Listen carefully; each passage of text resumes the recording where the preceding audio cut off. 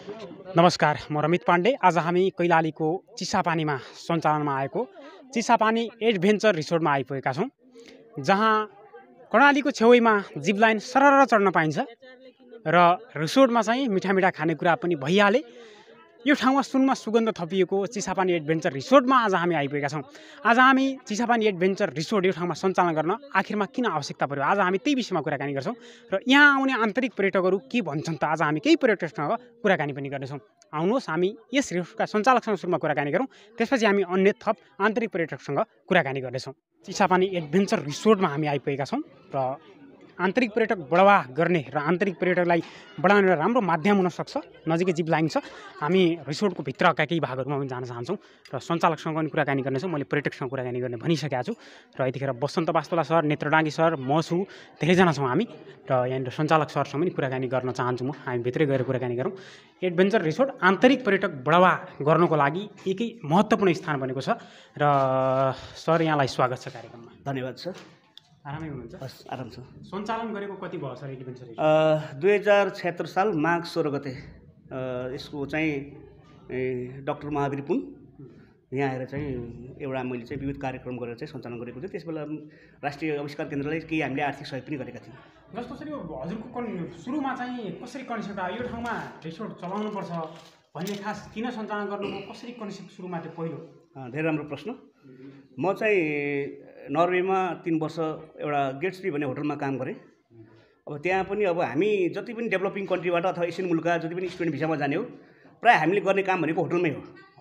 अनि अब मैले अन्य देशको उसमा चाहिँ काम गर्नुभन्दा नेपालमै आफ्नो एजुकेसन गेन गरेकोलाई चाहिँ नेपालमै चाहिँ प्रमोट गर्नुपर्छ भनेर चाहिँ एउटा हस्पिटालिटी कलेज खोलेँ र मैले त्यो हस्पिटालिटी कलेज खोल्दाखेरि इन्टर्नसिप चाइना पठाउनु पर्ने अवस्था थियो र अब मैले के सोचेँ भने अब नेपालमै आफ्नै रिसोर्ट, अब नयाँ कन्सेप्ट, आफ्नै रिसोर्ट आफ्नै कलेज भनेको रियल प्लेटफर्ममा विद्यार्थीलाई इन्टर्नसिप गराउने र जसले गर्दाखेरि तिनीहरूलाई बाहिर चाहिँ जब प्लेसमेन्टको लागि हामी चाहिँ अहिले हाम्रो विद्यार्थीहरू क्रोसिया युरोपको लागि चाहिँ मैले त्यो विद्यार्थी जो चाइनाबाट इन्टर्नसिप गरेर आएका छन् उनीहरूलाई जब प्लेसमेन्ट पठाइरहेको छु होइन। त्यसैले यो के हो त भन्दाखेरि यो लोकेसन यो अब टुरिज्म क्षेत्र भएको हुनाले अब रियल प्लेटफर्ममा हाम्रा विद्यार्थीहरूले चाहिँ होइन इन्टर्नसिप गरेपछि यिनीहरूको लागि हामी जब एसिस्ट गर्नुपर्छ र गरिरहेको पनि छौँ। त्यसैले अब यो रिसोर्ट स्कुल भन्ने कन्सेप्ट चाहिँ मैले नयाँ डेभलप भयो। चाहिँ यो नेपालमा सपोर्ट छैन होला, तपाईँहरू गुगल गर्न सक्नुहुन्छ होइन। यो नेपालको एफिलिएसन सिटिबिटीबाट एफिलिएसन लिएर सर्ट टर्म कोर्सहरू, स्किलफुल मेन पावर, हामी भन्छौँ सिप हातमा रोजगारी साथमा, मेन मोटो यही हो हाम्रो चाहिँ होइन। अब किनभने अब सर्ट टर्म कोर्स छ, मान्छे अहिले बेरोजगार छ, नेपालमा धेरै बेरोजगार उत्पादन गर्ने कारखानाहरू खोलेका छन् शैक्षिक जगतमा। तर हामी के भने 100% रियल वर्किङ प्लेटफर्ममा हामी विद्यार्थीलाई सिप सिकाउँछौँ र तिनीहरूको जब प्लेसमेन्टको पनि हामी ग्यारेन्टी गर्छौँ। जस्तो सर यो ठाउँमा होटेल चल्दैन भन्ने थियो, चिसापानी होटेल व्यवसाय धरामा पऱ्यो भन्ने भयो। हुन त बिचमा लकडाउन यावत कारणले केही त भयो होला, तैपनि सर हजुरले सञ्चालन गरेपछि सुरुमा चल्छ भन्ने लागेको थियो कि थिएन? अहिले चलिरहेको छ कि छैन होटेल? जुन रूपमा तपाईँ सन्तुष्ट हुनुहुन्छ कि हुनुहुन्न सञ्चालनमा ल्याइसकेपछि? एकदम च्यालेन्जिङ। मलाई त कस्तो भयो भन्दाखेरि यो मान्छेले 1.5 करोड लगानी गरे भए काठमाडौँमा घर सबै कुरा गर्न सक्थ्यो, यसले यस्तो ठाउँमा किन पैसा खर्च गर्यो? धेरै मान्छेले भने त्यति बेला मलाई लाग्थ्यो साँच्चै वास्तवमा यस्तो हो त भन्ने। तर मैले यो होटल अब तपाईँको खाना बस्नु अथवा यसको लागि मात्र होइन कि यो गेस्टहरूको अहिले चाहिँ स्ट्रेस तनावलाई मुक्त गर्नको लागि विभिन्न एडभेन्चर एक्टिभिटी जसलाई हामी थेराप्युटिक रिफ्रेसमेन्ट भन्छौँ, एज अ बडी र माइन्डको रिफ्रेसमेन्टको लागि यो जिप लाइन गर्नुपर्छ। मान्छे अब स्ट्रेस छ, तनाव मुक्त गरेर यहाँ तपाईँहरू हेर्नुभयो होइन, धेरै क्लाइन्टहरू गेस्ट आउँछन्, अनिवार्य जिप लाइन गरेर जानुहुन्छ होइन। त्यसैले अब मैले के त भन्दाखेरि एकोमोडेसन मात्रै होइन, लजिङ फुडिङ मात्र होइन कि त्यो गेस्टको चाहिँ स्टेलाई लङ्गर अथवा एक्टिभिटीमा इन्भल्भमेन्ट गराउनको लागि केही न केही एक्टिभिटीहरू बनाउनुपर्छ भनेर पहिलो जिप लाइन इन्स्टल गरेको छु। यो चाहिँ सुरु पनि भइसकेको छ। अब यस्ता धेरै एक्टिभिटीहरू चाहिँ वाटर स्पोर्ट्स सम्बन्धी, रक क्लाइम्बिङ सम्बन्धी, हाइकिङ धेरै इभेन्टहरू जोड्ने प्रयासमा छु। तर यो लकडाउनले गर्दा डेफिनेटली यो टुरिज्ममा मैले इन्भेस्ट गर्ने बित्तिकै लकडाउन सुरु भयो। यो 6-7 महिना त तनावमै बित्यो। तर म अहिले एकदम सेटिस्फाइड छु र मलाई किनभने धेरै गेस्टहरूले मलाई एकदम के भन्दाखेरि एकदम फिडब्याक राम्रो दिए हुनाले म एकदम चाहिँ यसमा चाहिँ हौसलापूर्वक तरिकाले म अगाडि बढेको छु। जस्तो सर यो रिसोर्ट यो ठाउँमा सञ्चालन गर्दाखेरि यो ठाउँ त लगभग मानिसहरू दिउँसो आउँछन्, साँझ बिहान रात नबस्ने नै ठाउँ हो होइन। अब हजुरले रिसोर्ट खोलिसकेपछि केही बस्ने पनि पाइयो। सुरुमा सर अब कारोबार गर्दा ब्याङ्किङ कारोबार बिना त अहिले काम गर्न गाह्रो छ, त्यो हजुरले पनि गर्नुभएको होला। कतिको सजिलो भयो ब्याङ्किङ कारोबार गर्दाखेरि? यहाँ खोल्छु भन्दाखेरि लोनको कुराहरू अन्य कुराहरू हुन्छ नि त, त्यसमा कतिको सजिलो रहेछ सर यस्तो ठाउँमा? अब कस्तो छ भने तपाईँको अब नेपाल सरकारले राष्ट्र ब्याङ्कको नीति छ, बहुत दुःखका साथ भन्नुपर्छ। हामी जस्तो स्वदेशमा केही गर्छौँ भनेर युवाहरूलाई म 2-4वटा ब्याङ्कमा गएँ, तपाईँले भनेको कुराहरूलाई म यहाँ जोड्न चाहेँ। हो मैले त हो धेरै कुरा। अब एउटा सामान्य किसानको पहुँचै छैन ब्याङ्कमा, त्यहाँ दलाल छ। हेर्नुहोस् ब्याङ्कमा सिन्डिकेट सिस्टम छ। म 2-4वटा ब्याङ्कमा गएँ, उहाँहरू के छ भने सरकारले राज्यले सहुलियतपूर्ण कर्जा भनेको छ, युवाहरूलाई उद्यमशील गर्नको लागि सहुलियतपूर्ण कर्जा 10वटा क्लाइन्ट अनिवार्य दिनु भनेको छ। तर उहाँहरूको के देखेँ भन्दाखेरि एउटा क्लाइन्ट अलरेडी छ 1 करोड लोन लिएको, उसको श्रीमतीलाई 15 लाखको सब्सिडी दिएर त्यो लोन उहाँले गर्नुभएको छ। म धेरै ब्याङ्कमा गएँ, मैले बुझिसकेँ उहाँहरूको। त्यसैले मैले यो कुरा मैले आफूले यो ऐलानी भयो, यसमा उहाँहरूले लगानी गर्नु न धितो चाहिन्छ भन्नुहुन्छ हैन। त्यसैले यो हामी उद्यमशील गर्ने मान्छे सरकारले एउटा नीति छ, कार्यक्रम छ, तर ब्याङ्कहरूले नटेरेको अवस्था छ। एक पीडा छ एकदम। हामी जस्ता उद्यमशील गर्ने मान्छेलाई एकदम यो चाहिँ एकदम हामी त ब्याङ्कको पहुँचमा पुग्न सकेका छैनौँ भने साधारण एउटा किसानले तपाईँको लोन लिएर काम गर्ला भन्ने त कल्पनाभन्दा बाहिरको कुरा हो। गाह्रो छ, एकदम गाह्रो छ। जिप लाइन सञ्चालन गर्नुको एउटा ठाउँमा नयाँ हो यो होइन। अब त्यत्तिकै जोखिम पनि छ, रिस्क पनि छ। लोट्यो भने चोट पनि लाग्ने खालको पनि देखियो त्यहाँ। जिप लाइन हेर्दा अलिकति अप्ठ्यारो पनि छ। तर त्यो चुनौतीका बिच जिप लाइन सञ्चालन गर्न खर्च कति लाग्यो सर यहाँको भन्नाले आर्थिकको कुराहरू छ नि त। अब जोखिम पनि त्यत्तिकै छ। यो कतिको गाह्रो भयो सर यो सञ्चालन गर्न? अब यो कस्तो हुन्छ भने हामीसँग यो टेक्निकल मेन पावर हुँदैन यसमा। जब हामी चाहिँ सबै इन्डियाबाट यो सेटअपदेखि लिएर टेक्निकल फिजिबिलिटी सबै हुनाले यो हाम्रो सबै इक्विपमेन्टहरू जो फ्रान्स मेड इन फ्रान्स हो, ISO सर्टिफाइड नै हो हैन। अब यो एडभेन्चर भन्ने बित्तिकै जोखिम त हुन्छ नि, धेरै मान्छेको साहस पनि हुँदैन। तर नेपालीहरू एडभेन्चरस एक्टिभिटीमा धेरै चाहिँ उत्साहित छन् हैन। त्यसैले अब यसमा सबै सेफ्टी इक्विपमेन्ट छ हैन। त्यस्तो अप्ठ्यारो तपाईँको सबै कुराहरू चाहिँ बेल्ट छ, तपाईँको हार्नेस सबै छ, त्यसैले अप्ठ्यारो छैन। त्यसैले टोटल यसको लागत चाहिँ हामीले 10 लाखमा बनाएको मैले चाहिँ। 10 लाखमा? हजुर। जोखिम पनि छ, रिस्क पनि छ तपाईँको त्यतिकै छ हैन। एक दिनमा कति मान्छे आउँछन् सर आज? अहिले नर्मल्ली अहिले शनिबार र शुक्रबार तपाईँको 70-100 सम्म पुग्छ। नर्मल डेजमा 30-40 चाहिँ नर्मल्ली हुन्छन्। कस्तो पाउनुपर्छ उत्साह? जस्तो भनौँ न यो ठाउँमा जिप लाइन हुँदा आन्तरिक पर्यटकहरू, बाह्य पर्यटक त अहिले लकडाउन छ यावत कारण नआउनु भयो, तर आन्तरिक पर्यटकको उत्साह कतिको देख्नुभयो यो ठाउँमा? पर्यटक आउन चाहन्छन् कि भनौँ न सरकारले त्यो किसिमको व्यवस्था नगरिदिन सकेको अवस्था पर्यटक आउनलाई बाटो? अब यो अहिले एकदम मैले तपाईँलाई अब हाम्रो सभासदलाई पनि यो विषयमा चाहिँ माथि जङ्गलतिर पिच गर्नुभन्दा रोड एक्सेसिबिलिटी मेन कुरा के हो भने टुरिज्मको 5वटा एलिमेन्टमा एक्सेसिबिलिटी भन्छ हैन।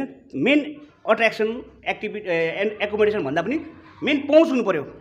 त्यसैले यो बाटोको अवस्था हेर्नुहोस्, बर्सातमा मान्छे आउन सक्दैन। एउटा खुलो छ, त्यो खोलोले अवरोध गरेको रहेछ। व्यक्तिगत रूपमा मैले 4-5 चोटि जेसिबी लगाएर त्यो खोलो बनाएको छु। त्यसैले मेन राज्यले के भने इन्फ्रास्ट्रक्चर डेभलपमेन्टमा सरकारको ध्यान जानु पऱ्यो र यस्ता इन्भेस्टरहरूलाई प्रमोट गर्नु पऱ्यो जहाँ कि उनीहरूको लगानी सेफ होस्, सेक्युरिटी होस् हैन। हामी चाहन्छौँ। त्यसैले मैले बारम्बार उहाँलाई पनि भनेको छु यो बाटो चाहिँ तपाईँको के हो त मङ्गलसेनसम्म जोड्ने फास्ट ट्र्याक हो।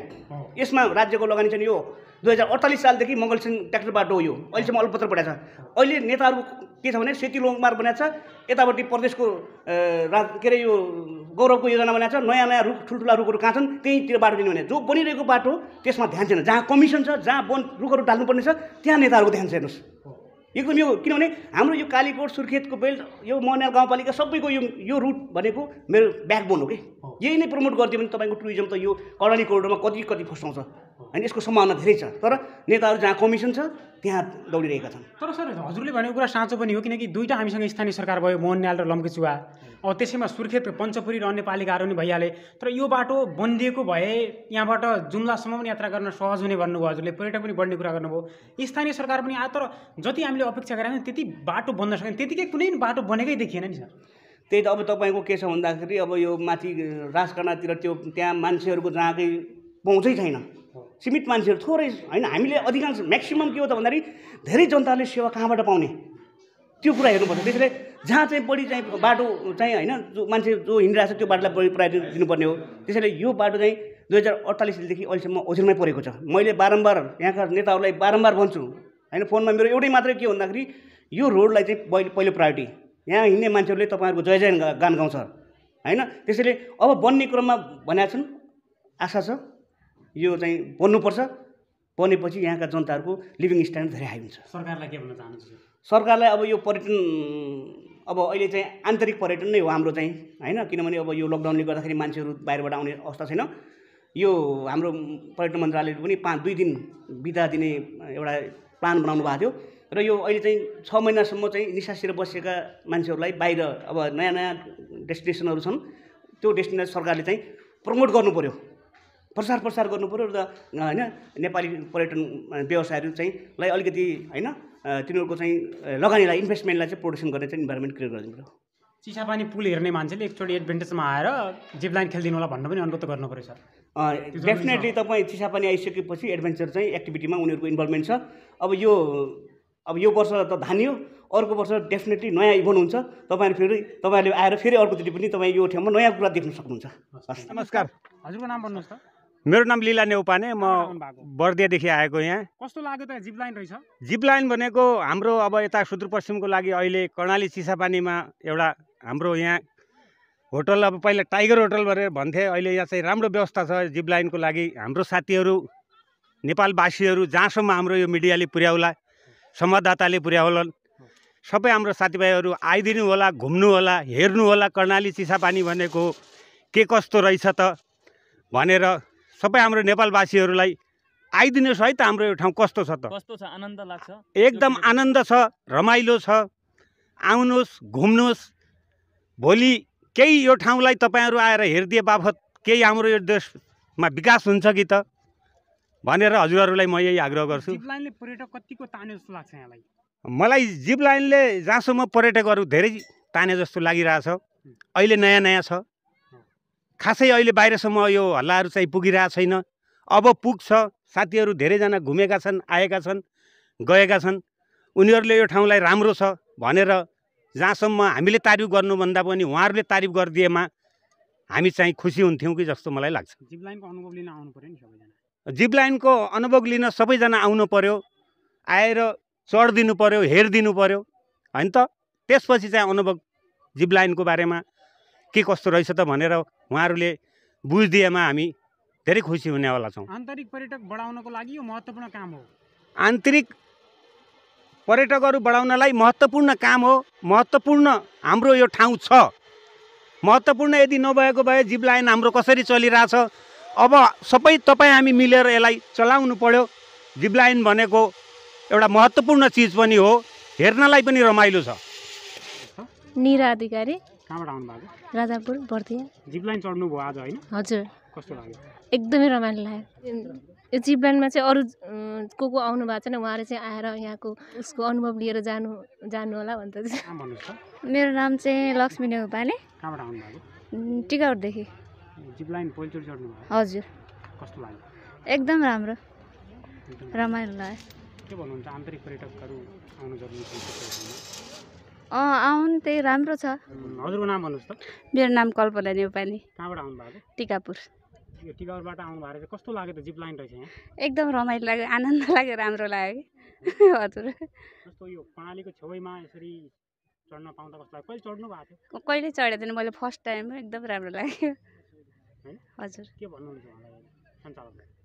एकदम धन्यवाद। यस्तो हामीले के अरे चढेकै थिएनौँ कहिले होइन, अब यस्तो राम्रो ठाउँमा यस्तो राम्रो देखियो होइन, त्यही अनुभव गर्न पाइयो, त्यो एकदम खुसी लाग्यो कि हजुर। Thank you. हजुरको नाम भन्नुहोस् त सर। नमस्कार, मेरो नाम नवराज खनाल हो। घर चाहिँ मेरो लम्की हो हजुर, लम्कीचुवा नगरपालिका वार्ड नम्बर 1 लम्की पर्छ। जस्तो यो चिसापानी एडभेन्चर रिसोर्ट सञ्चालनमा आएको रहेछ, कस्तो लागिरहेछ यहाँलाई? यो मौनियाल गाउँपालिकाको सुन्दर नगरी कर्णाली चिसापानीको पितमारी भन्ने ठाउँमा जुन यो एडभेन्चर रिसोर्ट सञ्चालन भएको छ, यो एकदमै खुसीको कुरा पनि छ। मौनियाल गाउँपालिकाको लागि एउटा यो गर्वको विषय पनि छ। यो लाइभ भिडियो र न्युज सुन्ने आम दर्शकहरूलाई के भन्न चाहन्छु भने, कैलाली चिसापानीको पितमारी भन्ने ठाउँमा एडभेन्चर रिसोर्ट छ। यो एकदमै बिल्कुलै नयाँ तरिकाले यहाँ सञ्चालन भएको छ। यसमा तपाईँ चाहिँ जिप प्लानिङ पनि हेर्न सक्नुहुन्छ। यहाँ तपाईँको सुन्दर बगैँचाहरू, एकदम मनोरम दृश्य, अनि तपाईँको चाहिँ होटेलकै अलि तलपट्टि चाहिँ यो बालुवामा तपाईँले चाहिँ बसेर नास्ता खान मिल्ने बिच रिसोर्ट जस्तो चाहिँ भएको कारणले एकदमै राम्रो मनमोहक दृश्य छ।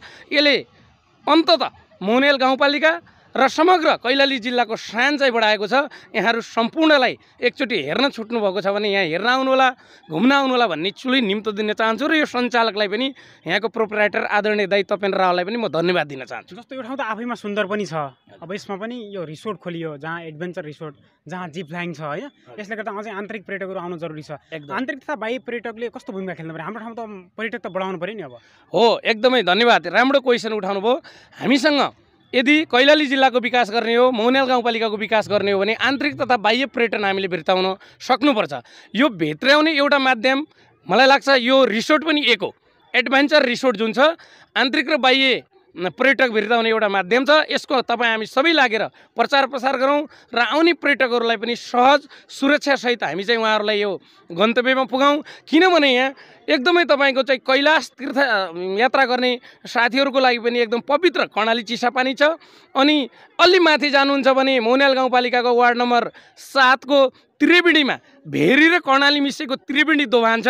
त्यो पनि एकदमै धार्मिक हिसाबले पनि एकदमै पवित्र छ। त्यसमा पनि तपाईँको ठुलो पुण्य कमाइ हुन्छ भन्ने एउटा धार्मिक ग्रन्थ छ र आशा पनि छ। त्यसकारणले यसलाई चाहिँ हामीले यसलाई चाहिँ अझ चाहिँ प्रचार गऱ्यौँ र आन्तरिक पर्यटकहरू भित्राउन सक्यौँ भने सिङ्गो मौनियाल गाउँपालिका र कैलाली जिल्लाको लागि यो चाहिँ एकदम राम्रो र उल्लेखनीय विकासमा टेवा पुग्छ। हस्, धन्यवाद। यही ठाउँबाट सरर जिपलाइन खेल्न सकिन्छ। तपाईँ एकचोटि कर्णाली पुलमा आउनुभयो भने त्यहाँबाट अलि माथि चिसापानी एडभेन्चर रिसोर्टमा पनि आउनुहोला र जिपलाइनको मजा लिएर जानुहोला। धन्यवाद दिन्छौँ। र जसले यो रिसोर्ट सञ्चालन गर्नुभयो तपेन्द्र रावल सरलाई झन् विशेष धन्यवाद दिन्छु। र आजको कार्यक्रम रेकर्डिङमा साथ दिनुभयो हाम्रा सहकर्मी वसन्त वास्तोला, नेत्र डाँगी, चन्द्र खनाल सबैजनालाई धन्यवाद दिन्छु। र कार्यक्रमबाट रमित पाण्डे बिदा हुन्छु। नमस्कार।